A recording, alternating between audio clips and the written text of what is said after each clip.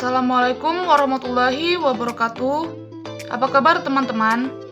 Saya Raihan Melisa Lubis, IKM 9 semester 3, jurusan Ilmu Kesehatan Masyarakat, Fakultas Kesehatan Masyarakat, Universitas Islam Negeri Sumatera Utara. Pada kesempatan ini, saya akan menjelaskan sedikit tentang imunisasi. Menurut WHO, sekitar 1,5 juta anak mengalami kematian tiap tahunnya karena penyakit yang dapat dicegah dengan imunisasi. Pada 2018, terdapat kurang lebih 20 juta anak tidak mendapatkan imunisasi lengkap dan bahkan ada anak yang tidak mendapatkan imunisasi sama sekali. Indonesia termasuk salah satu negara dengan jumlah anak yang tidak mendapatkan imunisasi lengkap cukup banyak. Situasi ini telah berdampak pada munculnya kejadian luar biasa atau KLB, penyakit yang dapat dicegah dengan imunisasi, seperti difteri, campak, dan polio. Apa itu imunisasi? Imunisasi berasal dari kata imun, kebal atau resisten. Anak diimunisasi berarti diberikan kekebalan terhadap suatu penyakit tertentu. Anak kebal atau resisten terhadap suatu penyakit, tetapi belum tentu kebal terhadap penyakit yang lain. Imunisasi adalah suatu upaya untuk menimbulkan atau meningkatkan kekebalan seseorang secara aktif terhadap suatu penyakit, sehingga apabila suatu saat terpajan dengan penyakit tersebut tidak akan sakit atau hanya mengalami sakit ringan. Proses ini dilakukan dengan pemberian vaksin yang merangsang sistem kekebalan tubuh agar kebal terhadap penyakit tersebut. Vaksin sendiri adalah antigen berupa mikroorganisme yang sudah mati, masih hidup tapi dilemahkan, masih utuh atau bagiannya yang telah diolah berupa toksin mikroorganisme yang telah diolah menjadi toksoid, protein rekombinan yang apabila diberikan kepada seseorang akan menimbulkan kekebalan spesifik secara aktif terhadap penyakit infeksi tertentu. Manfaat imunisasi tidak hanya dirasakan oleh pemerintah dengan menurunkan angka kesakitan dan kematian penyakit yang dapat dicegah dengan imunisasi, tetapi dapat dirasakan oleh anak, yaitu mencegah penderitaan yang disebabkan oleh penyakit dan kemungkinan cacat atau kematian. Keluarga, yaitu menghilangkan kecemasan dan biaya pengobatan bila anak sakit. Mendorong pembentukan keluarga apabila orang tua yakin bahwa anaknya akan menjalani masa kanak-kanak yang nyaman. Negara, yaitu memperbaiki tingkat kesehatan, menciptakan bangsa yang kuat dan berakal untuk melanjutkan pembangunan negara. Ada banyak penyakit menular di Indonesia yang dapat dicegah dengan imunisasi. Selanjutnya disebut dengan penyakit yang dapat dicegah dengan imunisasi atau PD3I. Di antaranya ada difteri. Penyakit yang disebabkan oleh bakteri Corynebacterium diphtheriae, penularan melalui kontak fisik dan pernapasan. Gejalanya radang tenggorokan, hilang nafsu makan, demam ringan. Dalam 2-3 hari timbul selaput putih kebiru-biruan pada tenggorokan dan tonsil. Gangguan pernapasan yang berakibat kematian. Kemudian ada pertusis. Penyakit pada saluran pernapasan yang disebabkan oleh bakteri Bordetella pertussis atau batuk rejan. Penularan melalui percikan ludah atau droplet infection dari batuk atau bersin. Gejala pilek, mata merah, bersin, demam, batuk ringan yang lama-kelamaan menjadi parah dan menimbulkan batuk yang cepat dan keras. Komplikasi pneumonia bakterialis yang dapat menyebabkan kematian. Lalu ada tetanus. Penyakit yang disebabkan oleh Clostridium tetani yang menghasilkan neurotoksin. Penularan melalui kotoran yang masuk ke dalam luka yang dalam. Gejala awal kaku otot pada rahang disertai kaku pada leher, kesulitan menelan, kaku otot perut, berkeringat, dan demam. Pada bayi terdapat gejala berhenti menetek atau sucking antara 3-28 hari setelah lahir. Gejala berikutnya kejang yang hebat dan tubuh menjadi kaku. Komplikasi patah tulang akibat kejang, pneumonia, infeksi lain yang dapat menimbulkan kematian. Kemudian ada tuberkulosis atau TBC. Penyakit yang disebabkan oleh Mycobacterium tuberculosa, penularan melalui pernapasan lewat bersin atau batuk, gejala awal lemah badan, penurunan berat badan, demam, dan keluar keringat pada malam hari. Gejala selanjutnya batuk terus-menerus, nyeri dada, dan mungkin batuk darah. Gejala lain tergantung pada organ yang diserang. Komplikasi, kelemahan, dan kematian. Lalu ada campak. Penyakit yang disebabkan oleh virus Mysovirus viridae measles Penularan melalui udara atau percikan ludah dari bersin atau batuk penderita. Gejala awal, demam, bercak kemerahan, batuk, pilek, konjungtivitis, atau mata merah, dan komplik spot. Selanjutnya timbul ruam pada muka dan leher, kemudian menyebar ke tubuh dan tangan serta kaki. Komplikasi diare hebat, peradangan pada telinga, infeksi saluran napas atau pneumonia. Selanjutnya ada poliomielitis, penyakit pada saluran saraf pusat yang disebabkan oleh virus polio tipe 1, 2, atau 3 secara klinis, menyerang anak di bawah umur 15 tahun dan menderita lumpuh layu akut atau akut plaksid paralisis atau AFP.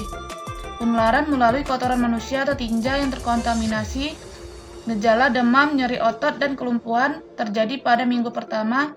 Komplikasi bisa menyebabkan kematian jika otot pernapasan terinfeksi dan tidak segera ditangani. Kemudian ada hepatitis B. Penyakit yang disebabkan oleh virus hepatitis B yang merusak hati atau penyakit kuning, penularan secara horizontal dari darah dan produknya, suntikan yang tidak aman, transfusi darah melalui hubungan seksual, penularan secara vertikal dari ibu ke bayi selama proses persalinan. Gejala merasa lemah, gangguan perut, gejala lain seperti flu, urin menjadi kuning, kotoran menjadi pucat, warna kuning bisa terlihat pada mata ataupun kulit. Komplikasi penyakit ini bisa menjadi kronis yang menimbulkan pengerasan hati atau sirhosis hepatis, kanker hati, atau hepatoselular karsinoma dan menimbulkan kematian. Apa itu imunisasi? Imunisasi berasal dari kata imun, kebal atau resisten. Anak diimunisasi berarti diberikan kekebalan terhadap suatu penyakit tertentu. Anak kebal atau resisten terhadap suatu penyakit, tetapi belum tentu kebal terhadap penyakit yang lain. Imunisasi adalah suatu upaya untuk menimbulkan atau meningkatkan kekebalan seseorang secara aktif terhadap suatu penyakit, sehingga apabila suatu saat terpajan dengan penyakit tersebut tidak akan sakit atau hanya mengalami sakit ringan. Proses ini dilakukan dengan pemberian vaksin yang merangsang sistem kekebalan tubuh agar kebal terhadap penyakit tersebut. Selanjutnya ada HPV atau Human Papilloma Virus. Virus yang menyerang kulit dan membran mukosa manusia dan hewan. Penularan melalui hubungan kulit ke kulit atau HPV menular dengan mudah. Gejala beberapa menyebabkan kutil, sedangkan lainnya dapat menyebabkan infeksi yang menimbulkan munculnya lesi. CA cervix juga disebabkan oleh virus HPV melalui hubungan seks. Kemudian ada hepatitis A. Suatu penyakit yang disebabkan oleh virus, disebarkan oleh kotoran atau tinja penderita, biasanya melalui makanan atau fekal oral. Gejala, kelelahan, mual dan muntah, nyeri perut atau rasa tidak nyaman, terutama di daerah hati, kehilangan nafsu makan, demam, urin berwarna gelap, nyeri otot, menguningnya kulit dan mata atau jaundice. Kapan saja jadwal pemberian imunisasi? Jadwal pemberian imunisasi dasar atau pada bayi, seperti hepatitis B pada usia 0-7 hari sebanyak 1 kali. BCG pada usia 1 bulan diberikan sebanyak 1 kali. Polio atau IPV pada usia 1, 2, 3, 4 bulan diberikan sebanyak 4 kali, interval imunisasi minimal 4 minggu. DPT B HIB pada usia 2, 3, 4 bulan diberikan sebanyak 3 kali, interval imunisasi minimal 4 minggu. Campak pada usia 9 bulan diberikan sebanyak 1 kali. Kemudian jadwal pemberian imunisasi lanjut pada usia balita, seperti DPT, HB, HIB pada usia 18 bulan diberikan sebanyak 1 kali. Campak pada usia 24 bulan diberikan sebanyak 1 kali. Selanjutnya jadwal pemberian imunisasi lanjut usia sekolah. Kelas 1 SD jenis imunisasi campak waktu pemberian bulan Agustus. Kelas 1 SD jenis imunisasi DT waktu pemberian bulan November. Kelas 2 dan kelas 3 SD jenis imunisasi DD waktu pemberian bulan November. Keterangan bulan imunisasi anak, sekolah atau bias. Lalu jadwal pemberian imunisasi tetanus toksoid atau TT. TT1, TT2 diberikan 1 bulan setelah TT1, masa perlindungan selama 3 tahun. TT3 diberikan 6 bulan setelah TT2, masa perlindungan selama 5 tahun. TT4 diberikan 12 bulan setelah TT3, masa perlindungan selama 10 tahun. TT5 diberikan 12 bulan setelah TT4, masa perlindungan selama 25 tahun. Kemudian, jenis imunisasi dan bagaimana efek yang dirasakan setelah imunisasi.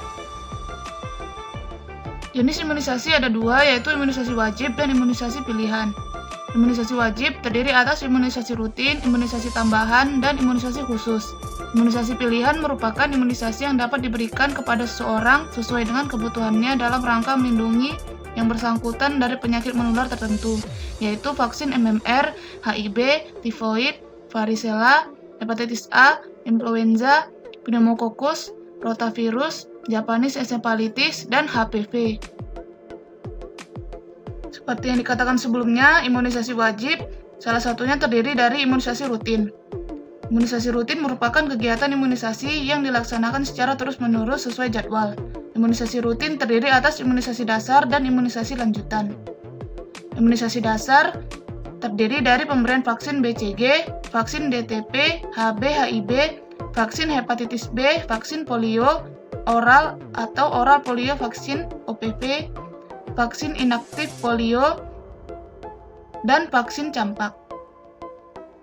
Imunisasi lanjutan merupakan imunisasi ulangan untuk mempertahankan tingkat kekebalan atau untuk memperpanjang masa perlindungan. Vaksin BCG. Penjelasannya sebagai berikut.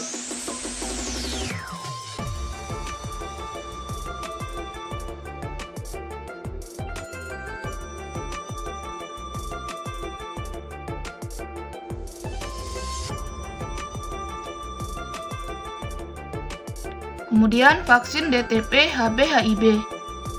Penjelasannya sebagai berikut.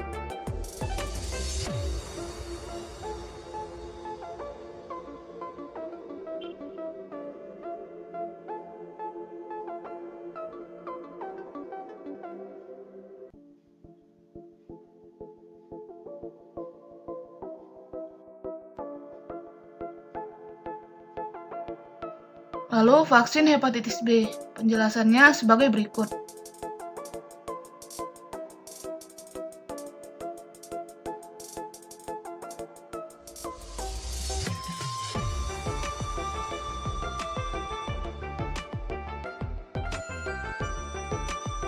Penjelasannya sebagai berikut.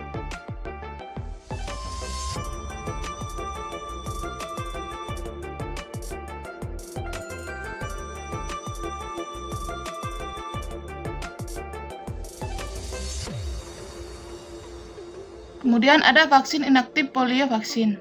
Penjelasannya sebagai berikut.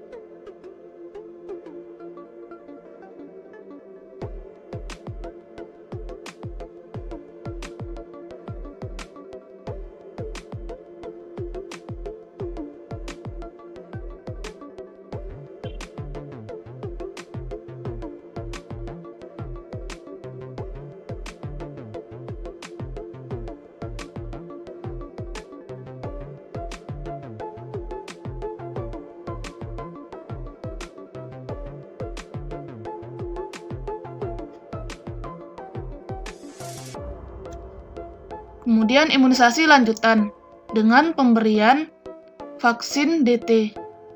Penjelasannya sebagai berikut.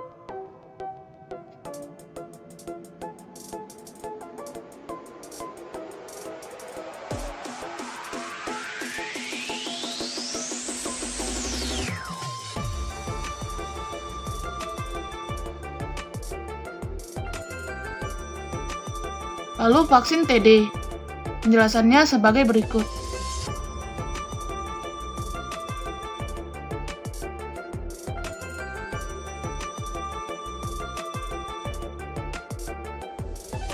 Kemudian vaksin TT. Penjelasannya sebagai berikut.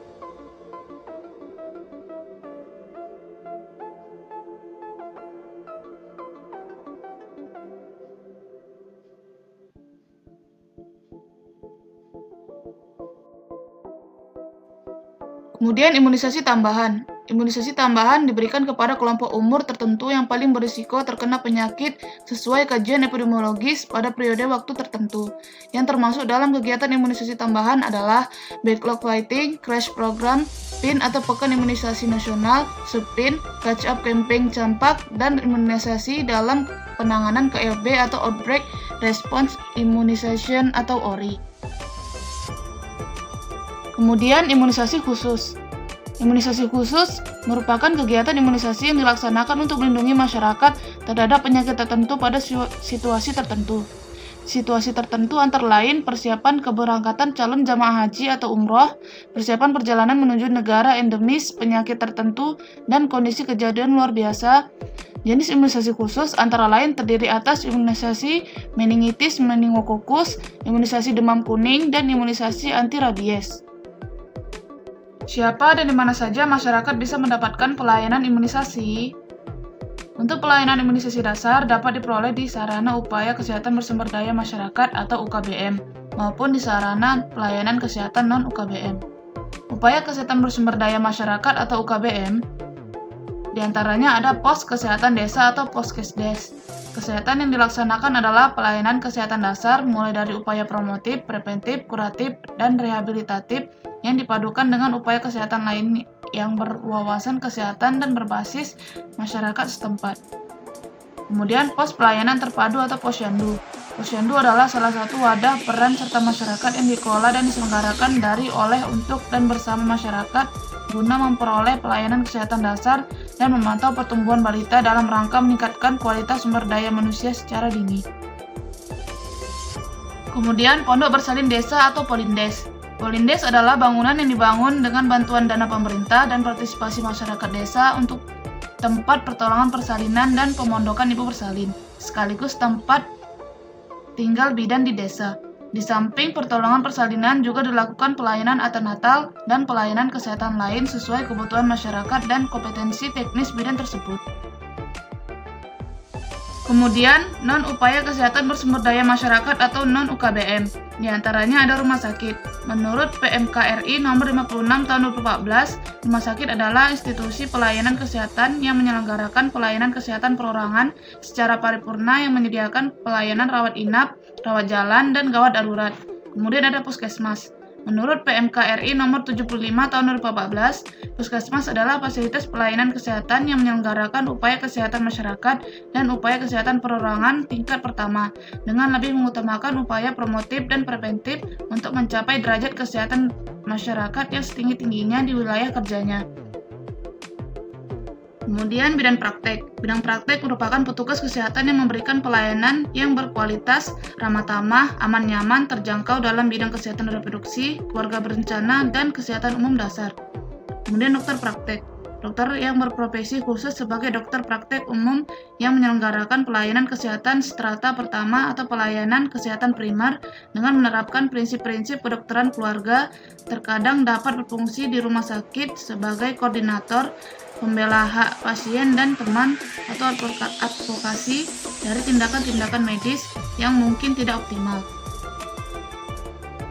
Lalu ada Pustu atau Puskesmas Pembantu, adalah unit pelayanan kesehatan yang sederhana dan berfungsi menunjang dan membantu memperluas jangkauan puskesmas dengan melaksanakan kegiatan-kegiatan yang dilakukan puskesmas dalam ruang lingkup wilayah yang lebih kecil serta jenis dan kompetensi pelayanan yang disesuaikan dengan kemampuan tenaga dan sarana yang tersedia. Demikian pembahasan saya mengenai imunisasi. Terima kasih. Wassalamualaikum warahmatullahi wabarakatuh.